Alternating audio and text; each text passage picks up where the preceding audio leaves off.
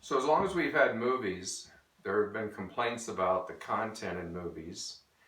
And if you go back 100 years, back before the 1920s, you hear the same complaints as you hear today.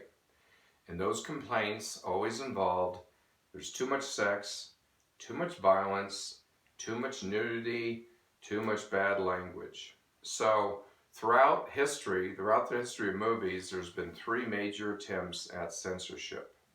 The first one was the production code, and that was in the 1930s, and that followed a period of decadence and debauchery in the movie industry in the 1920s when we had lots of movies full of sex and nudity and orgies.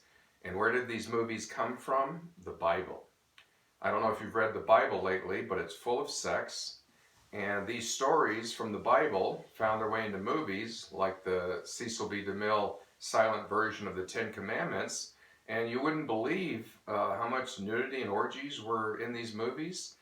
On top of that, there was a few highly publicized scandals involving movie directors and famous actors like Fatty Arbuckle, where he was accused of raping a woman with a bottle. So Hollywood in the 1920s was viewed as this industry full of decadence and decay and a lack of morals. So, as a result of that, the Catholic Church threatened to ban the movie industry, meaning that they threatened to stop going to all movies. All Catholics were going to stop going to movies unless the movie industry cleaned up its act. I don't know how many Catholics there are in the United States, but there's enough Catholics that made the movie industry very worried. And what were they worried about? They were not worried about the content of movies or the moral correctness of movies. They were worried about box office.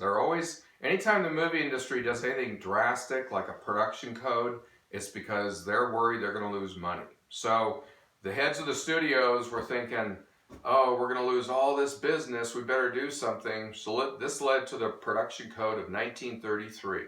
And the important thing to remember about the production code is it was the studio's self-censorship. They were censoring their own industry.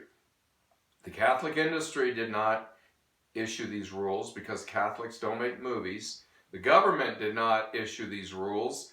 The studios created their own set of production rules out of concern that if they didn't do something, Catholics would stop going to movies.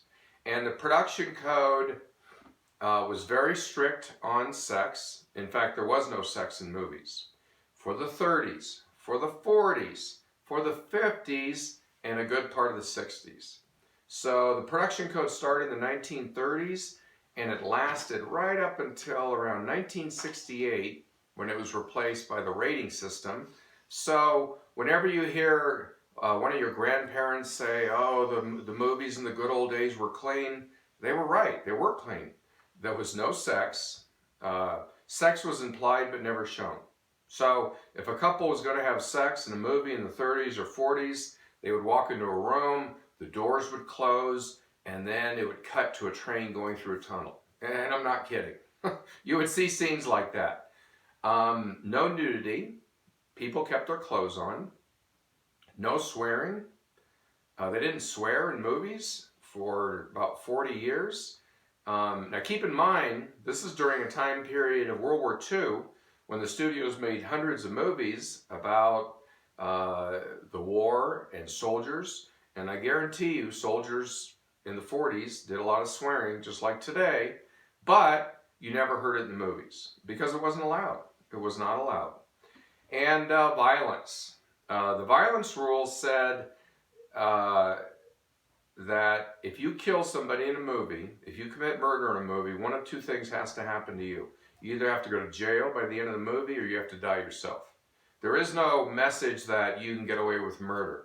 Now, I don't want you to think that movies didn't have violence. People died in movies. They got shot, they got hung, they got strangled, but you didn't see it.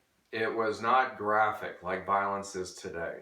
It was very clever. You would see like shadows or you would hear the victim scream in agony but you wouldn't see what was happening in the movies. As far as sex goes, there was a kissing rule. There was a very specific rule about kissing. It was the 5-second kiss. You could not kiss longer than 5 seconds. So directors were always very clever trying to get around this. They would kiss for 3 seconds and then stop and then kiss and stop and kiss. And so they did this because the directors didn't like all the restrictions placed on them. But in a way, it actually made movies, it made directors be more clever because they had to get around these rules and they had to do things in certain ways. And this was just the way it is for several decades. One of the only times you heard profanity in a movie during the production code era was in the classic 1939 movie Gone with the Wind. And we talked about that movie before when we talked about stereotypes. The movie had the word damn in it. The famous line by Rhett Butler where he says, "Frankly, my dear, I don't give a damn." Talking to Scarlett O'Hara as he walks out the door. They got a $500 fine for the word damn. Imagine a world where damn is such a horrible word that you get fined $500. And they tried other words. They tried darn and shoot. Oh, shoot, Scarlett.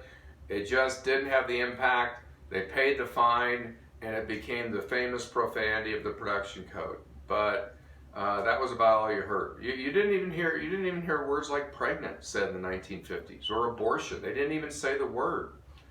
They would say expecting and things like that. So this is the way the movie industry was from the 30s through the 60s. The next major attempt at censorship happened in the late 60s. And this was also self-censorship. And this was the movie rating system, which we still have today.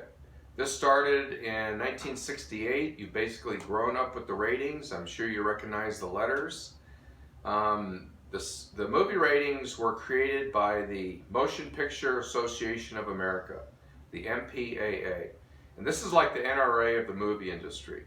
And what the MPAA's responsibility is to lobby and create favorable laws for the movie industry, to do movie industry business, to work with the studios. And one of their main functions is to create the ratings for movies. So the head of the MPAA in the late 60s felt the pressure to scrap the production code because it was outdated. I mean, the world had changed a lot since the 30s. And they wanted to come up with a system, a guideline for parents. So the main thing to remember about the rating system is it was intended as a guideline for parents. So if you're the parent of a 12 or a 13-year-old kid and you want to know, is the content in this movie appropriate for my kid or are they going to be scarred for life? You could look at the rating and hopefully that would give you some guidance. And other things to know about the rating system before we get into the letters and what they mean. It has a huge impact on box office because some of the ratings we have today, like R and NC-17, they restrict certain movies to teenagers. And like we've learned before, teenagers represent more than 40% of the movie audience. So if you just told nearly half your audience you can't see a movie, it makes it hard to make money. So ratings impact box office. That's the first thing to remember. The other thing to remember is the US rating system is very controversial. Directors hate the rating system. They hate it because it restricts the kind of movies they want to make. They get ratings that restrict the audience they want to get. So directors are always filming violence or sex scenes multiple different ways. In case one scene is too graphic, then they can substitute a scene that's less graphic in order to play the game. Okay? So, the ratings we have today, we have 5 ratings. G means general audiences. This is like what movies were like during the production code. And if a movie's rated G, which you don't have many movies rated G, even animated movies today, that means everything's fine. Everything's safe. You don't have anything to worry about. The main issues involved in ratings are similar to the main issues during the production code. Violence and sex are the 2 biggest issues. The 2 biggest issues that are going to get a movie a harsh rating more than any other rating it gets. Nudity is an issue in movies, and bad language, okay? And we'll discuss that in a minute after we finish going through the ratings. So G is the first rating. PG means parental guidance is suggested. If you look on the website, it says parental guidance is suggested, meaning if you have a young kid, a moviegoer, we're suggesting there's some content in this movie that might concern you, that you should check it out maybe if you're a parent concerned about movies and what your kids see. The next rating is PG-13, and this means parental guidance is strongly cautioned. So this is where the MPAA messed up, because PG-13 was created for the movie Indiana Jones and the Temple of Doom, which was the sequel to the Raiders of the Lost Ark, and that movie was too hardcore for a PG, it was too soft for an R rating, so they thought they would come up with this middle rating. But they gave it the same letters. So ask your average person, what's the difference between PG and PG-13? They don't have a clue. I mean, they had a lot of letters to choose from, and they chose the same two letters, they just added 13. So PG-13 means parental guidance is strongly cautioned. There's content in this movie that's definitely should concern you, and most of the biggest money-making movies every year, especially all the comic book movies based on Marvel characters, they're always rated PG-13 or PG. That's usually the rating they get. Last year's biggest money-making movie, Avengers Endgame, that was in the PG category. Next rating we have is R. R means restricted. If you're under 17, you're not supposed to get into an R-rated movie, whether you're with, or only if you're with an adult or a guardian. Most movies get the R rating. Most movies get rated R because it's very easy to get that R rating. A bad word or two and you get the R rating, a little sex or a little violence, or actually a lot of violence, but a little sex and you get the R rating. The biggest money-making movies typically are not rated R because R movies keep out a lot of teenagers. It's harder to go to an R-rated movie if you're 14, and so a lot of younger teenagers don't get to see R-rated movies.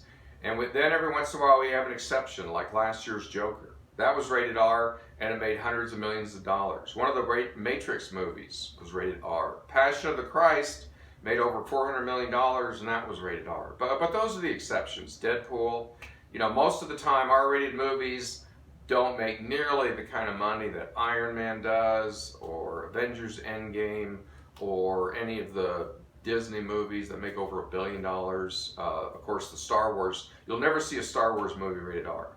I mean, because movies are a business, and you're trying to make the most money possible, so why would you limit your money-making ability by having content that's going to keep some of the moviegoers out? So directors know that. The last rating is NC-17. No children under 17 are allowed in the theater, period. Doesn't matter who you're with. You could be with the Pope. You could be with your favorite rabbi. You're not supposed to get in that movie. And I bet most of you have never seen an NC-17 movie in your life. They do make them. I usually read about 1 or 2 a year. And it always gets that rating because of sex. Graphic sex. Rarely ever does it get the rating because of violence, okay? So let's talk about violence and sex, two of your favorite topics, I'm sure. The worst thing you can have in a movie to get you a harsh rating is sex.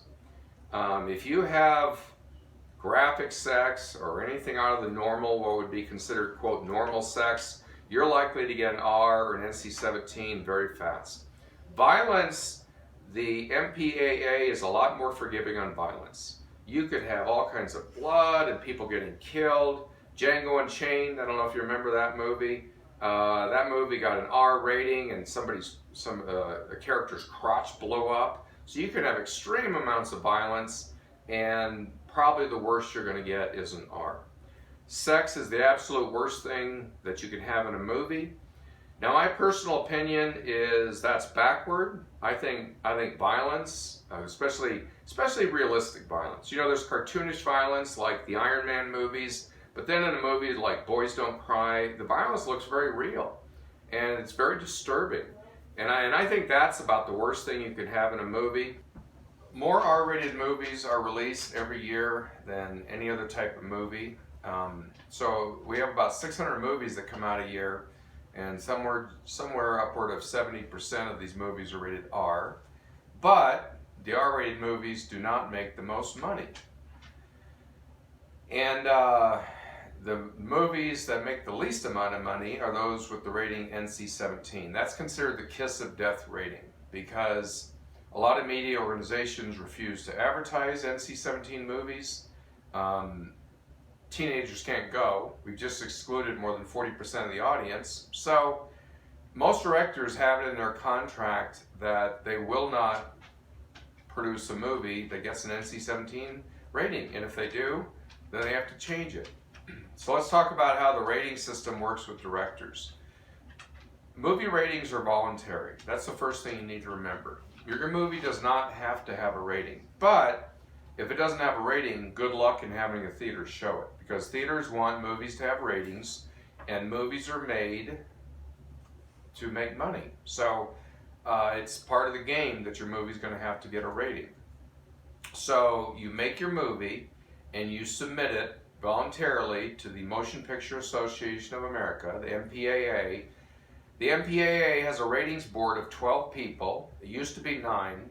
Now, if I could pick my dream job, the one job I would want to have more than any other job in the world, I would be one of those 12 people who rate the movies. I would just go to work every day. Okay, what movie's going to watch today? 3 or 4 movies a day, and then my humble opinion would go on the movie, and that rating would go with the movie. I think that's an awesome responsibility. And one of the points of controversy about the rating system is we don't know who the rating board is made up of. If you go on the MPAA website, you won't see their photo, you won't see a little biography. We don't know their gender, we don't know their ethnicity, we don't know their religious background, we don't know their age. And does it matter? Yeah, I think so. I think the people in charge of a multi-billion-dollar industry, I mean, why should we keep their identity secret? This is not the CIA. These are not paid assassins. They rate the movies. That's all they do. But the MPAA has consistently over the years said, oh, they cannot be influenced. People on the street would bother them. And the problem with that argument is the studios, which have the most to gain or lose from the ratings, they know who these people are. If Disney wants to contact the ratings board, I guarantee you they're going to take a call from Disney. But if you're a college student who makes a movie like Blair Witch Project, they're not going to talk to you or give you the time of day. So that's another point of controversy over the rating system. One, the rating board members, their identity is secret. 2, the system favors the studios over independent productions. And you remember, an independent production is any movie not made by a studio. More than 80% of the 600 movies are not made by the studio. But the big budget movies, the Harry Potters, the Star Wars, the Avengers, those are all made by the big studios like Disney. And the ratings board favors the studios. They have direct contact with the studios, and they give deference to the studios because the studios basically pay their bills and pay for it. And a great example of that is the creators of South Park. I'm sure you're all fans of South Park, and South Park always has risque content that pushes the boundaries of good taste.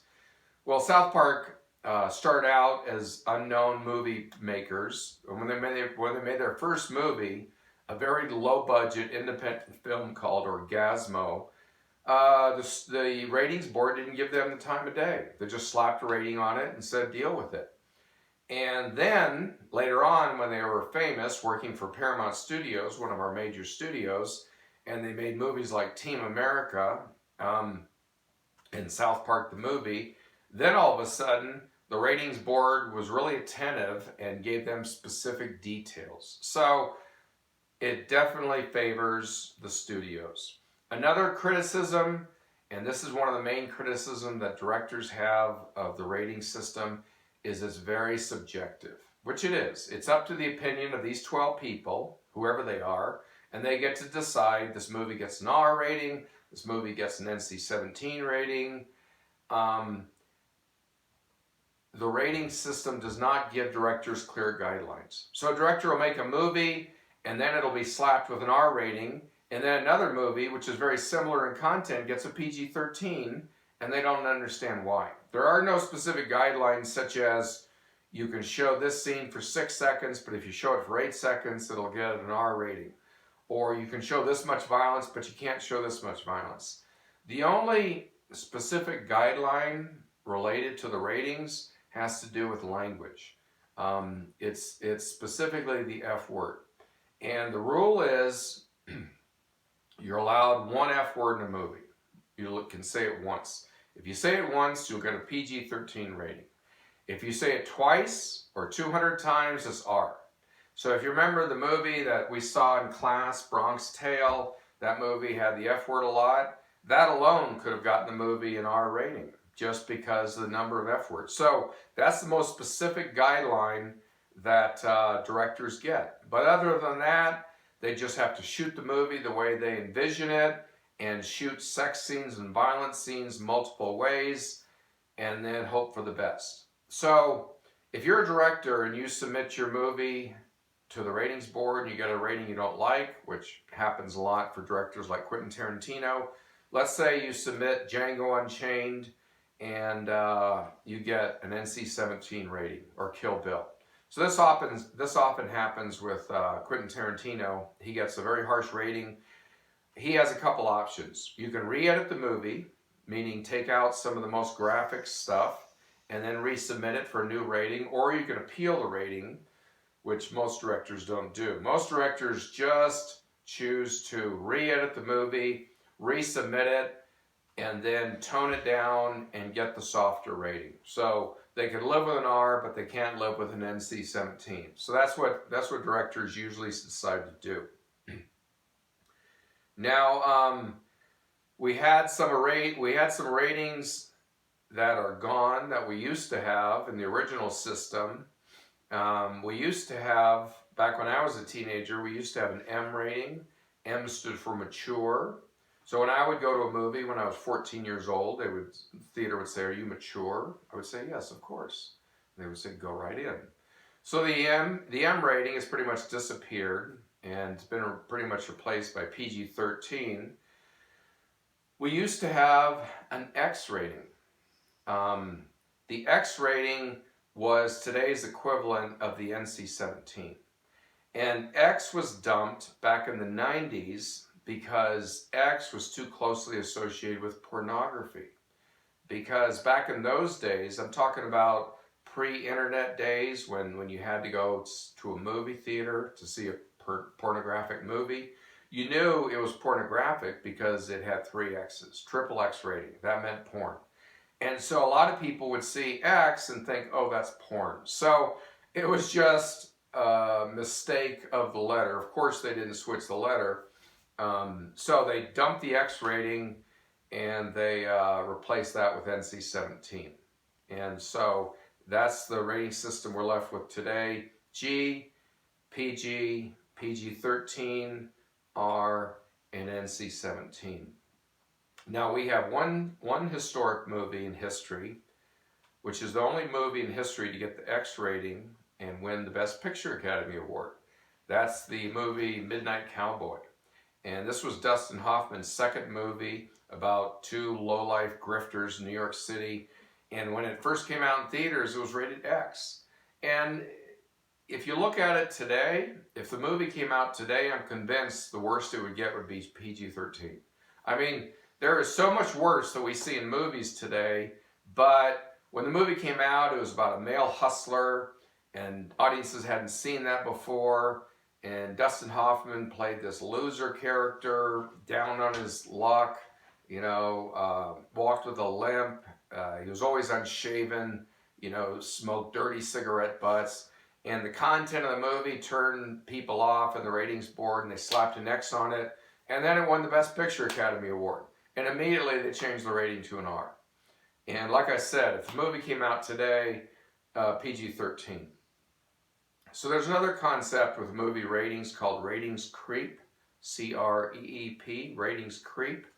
And what that refers to is that a lot of salacious content, controversial content, sex and violence is creeping its way into PG-13 movies that 20 years ago would have been rated R. So you will see and hear something in a PG-13 movie that if that movie came out in the 70s or 80s, it would have been rated R. And that's just a fact of life. I see and hear things on TV, on network TV today, that 10, 15 years ago I never would have seen and heard. So we're letting a lot more graphic, hardcore content slip into the softer core ratings, and that's very controversial. So the rating system created in 1968, we still have today, is still controversial today, and plus, the internet has come along since 68, so in my opinion, it seems real outdated. You know, it seems like if a vigilant parent wanted to find out about a movie's content, they could easily go online and look at the trailer and read about the movie. The other thing to keep in mind is young people today have access to so much more content on the internet than they have to worry about in movies. You know, back in the 70s and 80s, people worried about what young people were going to see in a movie. Imagine what they have access to on the internet. So we still have this rating system. It's still based on letters. TV has a rating system. Video games have ratings. I think they use the M rating in video games mature, which used to be a movie rating, but now it's a video game rating, one of the ratings in video games. And so a lot of critics of the rating system think it's time to dump it. You know, this silly juvenile giving a letter to a movie and use something a little more sophisticated, but of course we haven't gotten around to that. Now, like I said, the rest of the world looks at our rating system and thinks it's way too hard on sex and too lenient on violence. And I agree with that. Some countries have a very simple rating system, like they rate their movies A or C, adult children. The hard part is, when does childhood stop? At 17, 18, you know, so then there's the argument there. So, you know, every country has its own system of rating movies, and this is our system. So the last major attempt at movie censorship, which was the shortest attempt, was called movie sanitizing. And this started with the movie Titanic. You remember Titanic came out in 1998?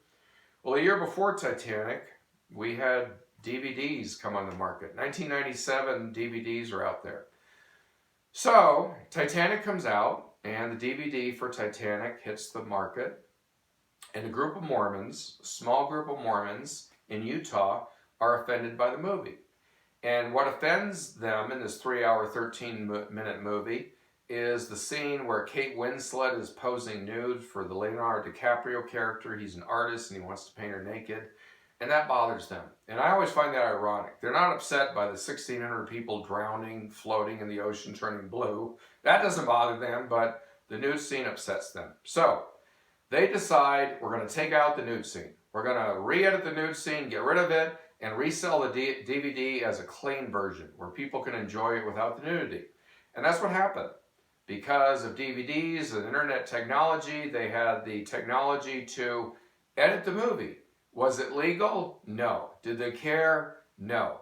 Did they make a lot of money? Yes. They started selling movies called clean flicks and clean alternatives.